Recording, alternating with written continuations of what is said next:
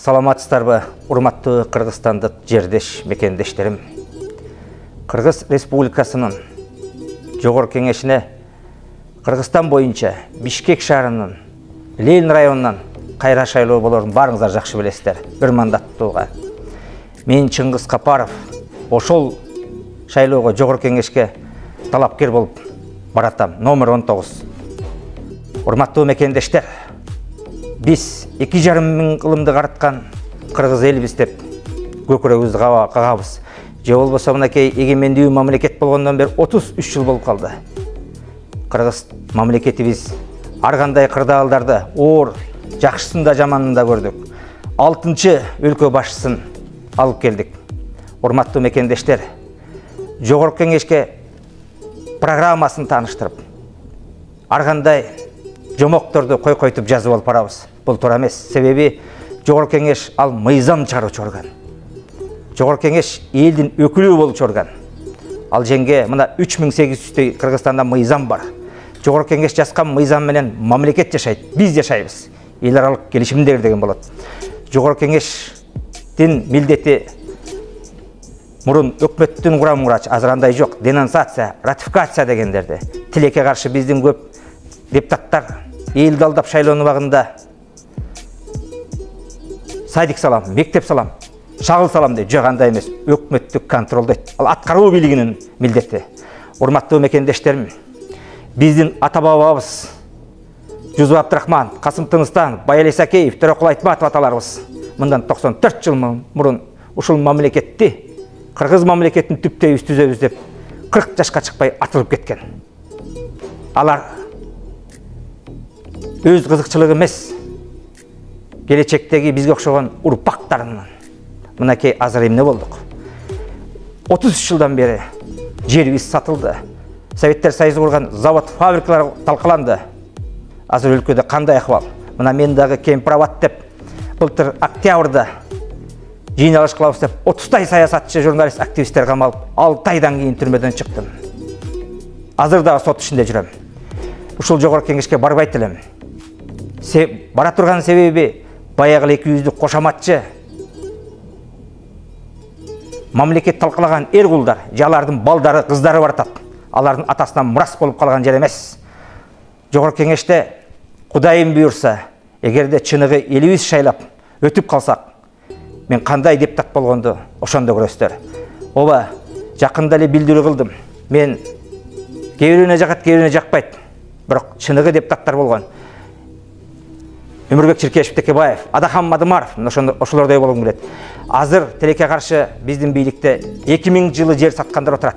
Бул Үзөң Көгөш, Кыргыз Республикасы Ат-Баш району Нарын областындагы миңдеген гектар жерди 36 депутат 2000 жылы добуш берген. Ошолордун бирөө азыр Камбиндин жетекчиси отурат, Акылбек Үсөнбекович.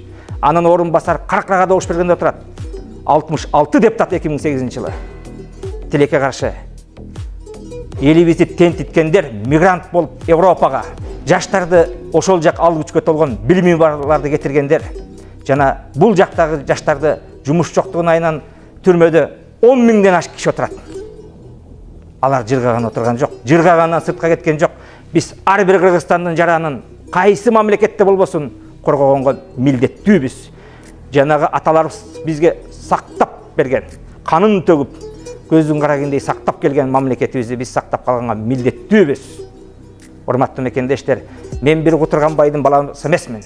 Мен тайта тайнем колунда чоңойгом. 6 айыман томолой жетим болуп, алардын баары көз өткөн. Бирок жалгыз эмесмин. Кыргыз эли бар.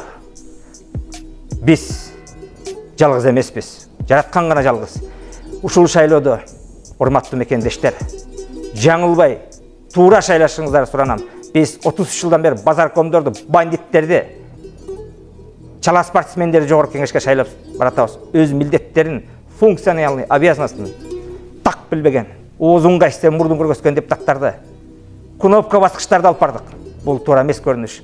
Билим тармагы, айыл чарба тармагы, саламат сактоо тармагы бардыгы талкаланган. Урматтуу мекендештер, бир да өндүрүш жок Кыргызстанда.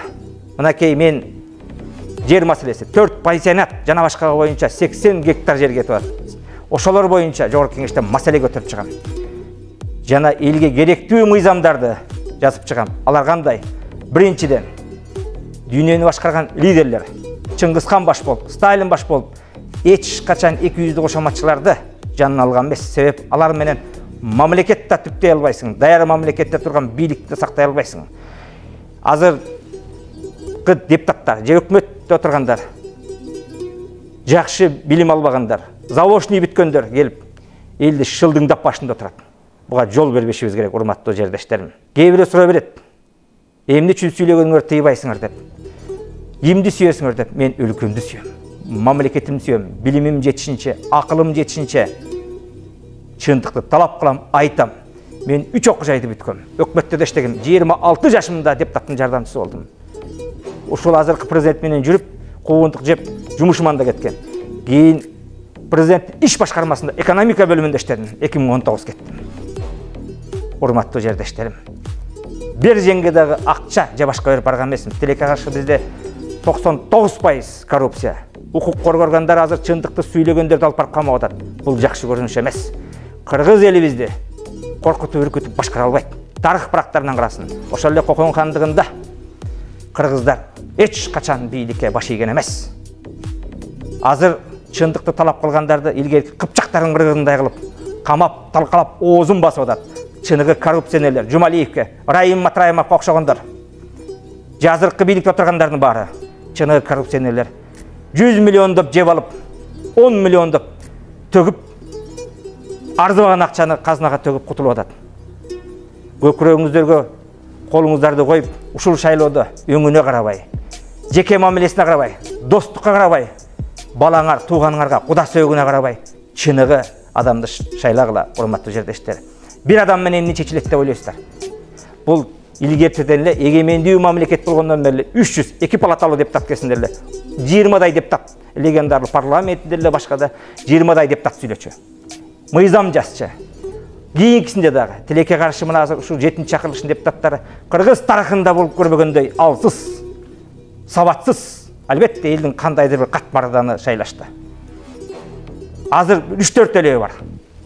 Калганы саясий өлүк кнопка баскычтар. Себеби биринчиден коркот, экинчиден курсагым тойсо болду, туугандарым жакшырса болду, жакындарым жакшы турса болду деп жашайт. Жок, биз андайга жол бербешибиз керек. Менин досум эле экен деп ушул шайлоодо алданып калбай, мейли мени шайлабагыла. Бирок барып туруп жок дегенде баарына каршы бергиле. Кимди сүйсөңүздөр эмес, чындыкты талап кылган, билими бар адамдарды туура тандап алыңыздар. Менин атуу жөнүм Чыңгыз Капаров, урматтуу жердеш мекендештерим. YouTube'да өзүңүздөр билесиздер, Сооронбай Шарипович менен Роза Исаковнан экс макамын алдырам деп кол топтогом. 200 000 турат. Анда да нарындан качышканда мага бут тосуулар болду. Кызмат берди, барган жокмун. Ленинск районунда. Акимдигин берди 2020-жылы, революциядан кийин. Ынтымак партиясына кошту. Мына лидерлер Марлен Маматалиев, Талант Мамытов тастыктайт. Барган жокмун. Себеби кнопка басып болгон жокмун. Азыр көбү билбейт. Партия менен баргандар. Урматтуу мекендештер. Мурун фракциядан чыгарып салса депутат болуп жүрө берчисиң. Азыр фракциядан чыкса автоматтык түрдө мандаттан ажырайсың. Мен айттым, кнопка баскыч болуп баргым келген жок. Ошондуктан бир мандаттуудан качкан. Эми ошол экс-президенттердин 5-өөнүн 2-өөнүкүнө гана бар. Кол тийбестиги 200 000 сомдон айына айлык алат. Андан сырткары 3 миллиондон айына элдин эсебинен каражат бөлүнөт. Алардын жашаганы бекер, ичкен жегени, сыртка учканы, көрүнгөн больницасы, телеохранители, гаиси бар. Анын бар элдин эсебинен айына 3 миллион сом деген эмне? 30 миллион сом бөлүнөт бир жылда. Ошол керекпи бизге? Мен ошого каршы баратам. Урматтуу Ленин районунун шайлоочулары, менин номерим 19, менин акча берип же агитатор жалдай турган шартым да жок. Болсо да бербейм. Мен сиздерден суранчы, Кыргызстанда жашаган ар бир адам туура тандаңыздар. Менин номерим 19, аты жөнүм Чыңгыз Капаров. Саламатта болуңуздар.